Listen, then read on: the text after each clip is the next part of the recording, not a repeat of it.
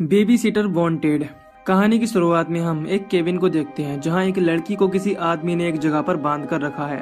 उस आदमी ने उस लड़की की बॉडी पर काफी सारे मार्क भी लगा रखे थे क्योंकि वो उसकी बॉडी को उसी तरह काटने वाला था।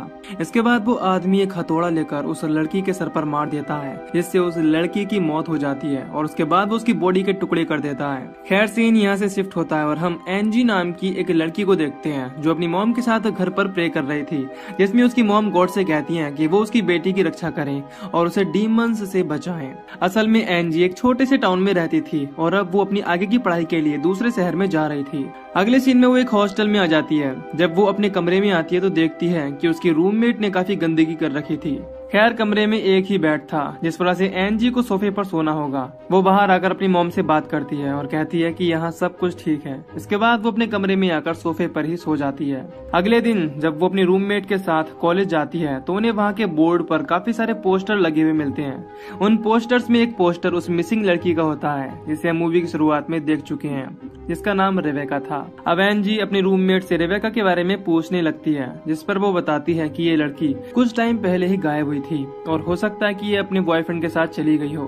तभी एनजी को वहाँ एक वैकेंसी दिखती है जिसमें बेबी सिटर की जरूरत होती है और वो उस पोस्टर से कॉन्टैक्ट नंबर ले लेती है ताकि वो पार्ट टाइम जॉब करके अपनी स्टडी और अच्छे से कर पाए। इसी बीच हम देखते हैं कि एनजी पर एक आदमी नजर रख रहा है लेकिन एनजी को इस बारे में नहीं पता होता। इसके बाद वो क्लास में पढ़ने आ जाती है। उसके पीछे पीछे वो आदमी भी यहाँ आ जाता है और उसे देखने लगता है। एनजी पीछे मुड़कर देखती है कि एक आदमी उस पर नजर रख रहा है, जिस वजह से वो घबरा जाती है। लेकिन कुछ टाइम बाद वो आदमी यहाँ से चला जाता है। इसी बीच हम क्लास में देखते हैं कि टीचर उन्हें एक पिक्चर के बारे में बताने लगता है कि कैसे डेविल के बनाए हुए डीमंस गरीब लोगों पर अटैक करने के बाद उन्हें अपने बस में करके उनसे अपना काम करवाते थे। वो आगे बताता है कि डीमन को एक चर्च के फादर की मदद से ही मारा जा सकता है। खैर अगले सीन में एनजी उस नंबर पर कॉल करती है और बेबी सिटिंग की जॉब के बारे में पूछने लगती है, जिस पर वो लोग उसे अपने घर बुला लेते हैं। रास्ते में वो देखती है कि उसकी कार का कोई पीछा कर रहा है लेकिन बाद में उसे वहाँ कोई नहीं दिखता। कुछ देर में वो उस घर पर पहुंच जाती है जहां उसे एक कपल मिलता है जिनका नाम जिम और वायलेट था। उनका एक बेटा सैम होता है और उसी की देखभाल अब एनजी को करनी होगी। हमें पता चलता है कि सैम हमेशा एक काउबॉय के कपड़े पहने रहता है और अपने सर पर से वो हैट कभी नहीं हटाता। इसके बाद वो एनजी को अंदर ले आते हैं जहां वो उसे बताते हैं कि वो फ्राइडे वाली रात को कहीं जाने वाले हैं, जिस वजह से रात में उसे सैम के साथ रुकना होगा। एनजी देखती है कि सैम उसे काफी टाइम से घूरे जा रहा है लेकिन वो इस बात को इग्नोर कर देती है। खैर एनजी अपनी जॉब पक्की कर लेती है और हॉस्टल की तरफ आने लगती है। तभी रास्ते में उसे रिक नाम का एक लड़का मिलता है जो कि उसके पास वाली बिल्डिंग में रहता है। वो उससे बात करने की कोशिश करता है लेकिन एनजी वहाँ नहीं रुकती और अपने कमरे में आ जाती है जहाँ उसकी रूममेट अपने बॉयफ्रेंड के साथ ड्रिंक कर रही थी। ये देखकर वो उससे कुछ नहीं कहती और बाहर आ जाती है। वहाँ फिर से उसे वो आदमी दिखता है जो कि उस पर नजर रख रहा था। इसके बाद एनजी उससे बचकर एक चर्च में आ जाती है और प्रे करने लगती है। अब जब वो यहाँ से जा रही होती है तो उसे रास्ते में रिक मिलता है और उससे बात करने लगता है। वो बताता है कि मैं काफी सालों तक एक कैथोलिक स्कूल में पढ़ा हुआ हूँ, जिस वजह से वो हर संडे चर्च में आता है। इसके बाद दोनों एक शॉप में आकर कुछ टाइम स्पेंड करते हैं। अगली सुबह एनजी को अपने दरवाजे के बाहर रेबेका का मिसिंग पोस्टर लगा हुआ मिलता है। ये देखकर वो जल्दी से पुलिस स्टेशन आ जाती है और उन्हें इस बारे में बताती है। पुलिस को समझ नहीं आता कि कोई कैसे एक मिसिंग लड़की का पोस्टर किसी के दरवाजे पर लगा सकता है। खैर ऑफिसर उसे अपना नंबर देता है और कोई परेशानी होने पर फोन करने को कहता है। अब रात में एनजी को जिम के यहाँ जाना होता है लेकिन उसकी गाड़ी बीच में ही खराब हो जाती है और वो स्टार्ट नहीं होती। तभी यहाँ रिक आ जाता है। इसके बाद एनजी उससे लिफ्ट मांगने लगती है, जिस पर रिक उसे लेकर जिम के घर ड्रॉप कर देता है। जिम रिक को देखकर एनजी से उसके बारे में पूछने लगता है, जिस पर वो बताती है कि वो केवल उसका एक अच्छा फ्रेंड है। आज फ्राइडे नाइट होती है जिस वजह से जिम और वायलेट को बाहर जाना था। वो उसे सब बात समझा देते हैं कि जब सैम अपनी नींद से जागे और खाना मांगे तो उसे केवल उसकी डाइट का ही खाना देना, न कि कुछ और। इसके बाद दोनों घर से निकल जाते हैं। अब एनजी अपना टाइम स्पेंड करने के लिए बुक्स पढ़ने लगती है। तभी अचानक ऊपर के कमरों की लाइट चली जाती है। वो इसे इग्नोर करके अपने लिए कॉफी बनाने चली जाती है। इसके बाद वो रिक को कॉल करती है और कहती है कि वो सुबह में उसे लेने ना आए क्योंकि जिम खुद उसे हॉस्टल तक ड्रॉप कर देगा। अब रिक उसे बता देता है कि उसने उसकी कार को ठीक कर दिया है। अब एनजी जैसे ही कॉल काटकर फोन को रखती है तभी तुरंत किसी की कॉल आ जाती है। एनजी फोन उठाती है लेकिन उसे उधर से किसी की आवाज नहीं आती। इसके बाद वो फोन रख देती है लेकिन तभी फिर से उसे कॉल आता है और इस बार भी कोई नहीं बोलता। दूसरी तरफ हम देखते हैं कि उसे वही आदमी फोन कर रहा है जो कि उस पर नजर रखता है। ये देखकर एंजी थोड़ा घबराने लगती है और रिक को फोन करके पूछती है कि क्या वो कॉल कर रहा था, जिस पर वो साफ मना कर देता है कि उसने कॉल्स नहीं की। इसी बीच हम देखते हैं कि वो आदमी उसके पीछा करते हुए घर के बाहर आ गया है। एंजी को लगने लगता है कि शायद कोई घर में घुस आया है, लेकिन उसे वहाँ सैम दिखता है। वो एंजी से कहता है कि वो भूखा है। इसके बाद वो उसे उसका खाना देने लगती है। वो देखती है कि जो खाना वो खाता है वो मीट था। खैर वो उसे वो मीट गर्म करके सर्व कर देती है। तभी वो देखती है कि सैम मीट को कांटे से नहीं बल्कि अपने हाथों से खा रहा है। इसके बाद हम देखते हैं कि घर के बाहर वाले आदमी ने बाहर से सभी दरवाजे बंद कर दिए हैं। ये देखकर वो डर जाती है और सैम को किचन में रहने को कहकर खुद पुलिस को कॉल करने चली जाती है। वो फोन करती है और पुलिस को बताती है कि कोई घर के बाहर है। ये सुनकर ऑफिसर उससे कहता है कि वो जल्दी से उसके पास आ रहे हैं और तब तक वो शांत रहे। वो किचन में आकर देखती है कि सैम अपनी जगह से गायब है। इसके बाद वो उसे ढूंढने लगती है। वो घर में हर जगह उसे चेक करती है, लेकिन वो उसे नहीं मिलता। यह देखकर वो काफी परेशान होकर कहती है कि सैम छिपना बंद करो और अपने कमरे में जाकर सो जाओ, लेकिन तब भी सैम उसके सामने नहीं आता। इन सबसे परेशान होकर एंजी रिक को कॉल करती है और तुरंत अपने पास आने को कहती है। वो दोनों बात कर ही रहे होते हैं कि तभी रिक के पीछे एक गाड़ी वाला उसे परेशान करने लगता है। इधर एंजी देखती है कि वो आदमी घर के अंदर घुस आया है, जिस वजह से वो उससे छिप जाती है। वो आदमी ऊपर जाकर चेक करने लगता है और एंजी जल्दी से उस आदमी को मारने के लिए वेपन ढूंढने लगती है। इसी बीच हम उस आदमी का चेहरा देखते हैं, इस पर काफी कट लगे हुए थे और उसके हाथ में एक एंटिक चाकू भी है। तभी एंजी को सैम दिखाई देता है, जिसे वो भागने को कहती है।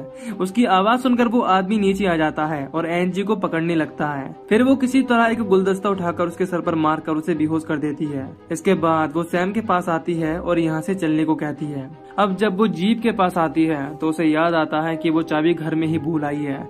इस वजह से वो चाबी लेने घर में आ जाती है। तभी वो आदमी उठ जाता है और सैम को मारने के लिए उसकी तरफ आने लगता है। हम देखते हैं कि वो आदमी सैम को एक डेविल कहकर आवाज लगा रहा है। वो सैम को पकड़कर उसका गला दबाने लगता है। इसके बाद एंजी उसके सर पर एक गोल्फ स्टिक से अटैक करके बेहोश कर देती है। इसी बीच वो देखती है कि उस आदमी का पहनावा एक चर्च के फादर जैसा है, जिससे वो काफी शॉक होती है कि कैसे कोई फादर एक बच्चे को मारना चाहेगा।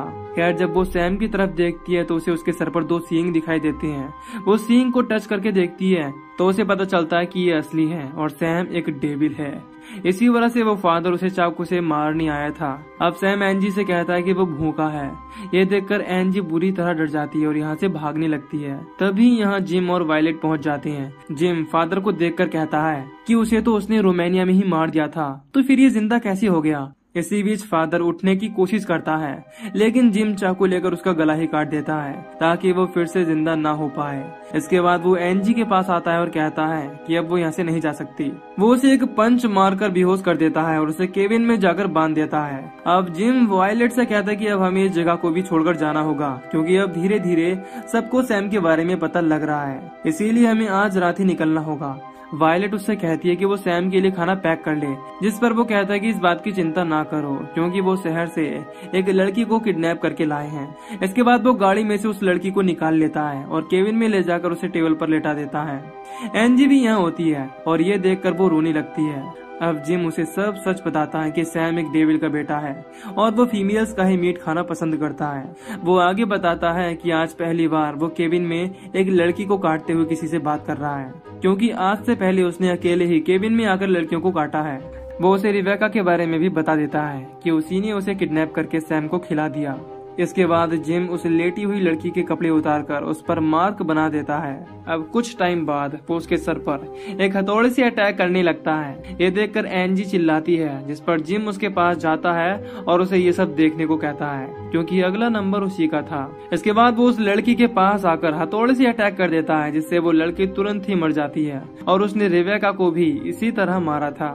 अब वो उस लड़की को हुक में लटका देता है और उसके छोटे छोटे टुकड़े कर थैली में पैक कर देता है। इसके बाद वो एंजी के पास हथौड़ा लेकर आता है और उस पर अटैक करने ही वाला होता है, लेकिन तभी घर के बाहर पुलिस की गाड़ी आ जाती है, जिसकी आवाज सुनकर वो रुक जाता है। फिर वो बाहर जाता है, जहां ऑफिसर उससे एंजी के बारे में पूछने लगता है। तब जिम बताता है कि वो तो कुछ टाइम पहले ही यहाँ से निकल चुकी है।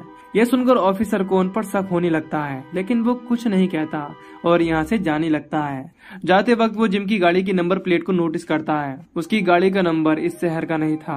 वहाँ से कुछ दूर जाने पर वो अपनी टीम को फोन करके उसी नंबर प्लेट के बारे में जानकारी लेने लगता है। इधर वायलेट को पता चल जाता है कि ऑफिसर को उन पर शक हो गया है, जिस पर जिम कहता है कि ऐसा कुछ नहीं है और वो अब एनजी को मारने जा रहा है। इसी बीच केविन में एनजी को एक चाकू मिल जाता है, जिसकी मदद से वो अपनी हाथ खोल लेती है।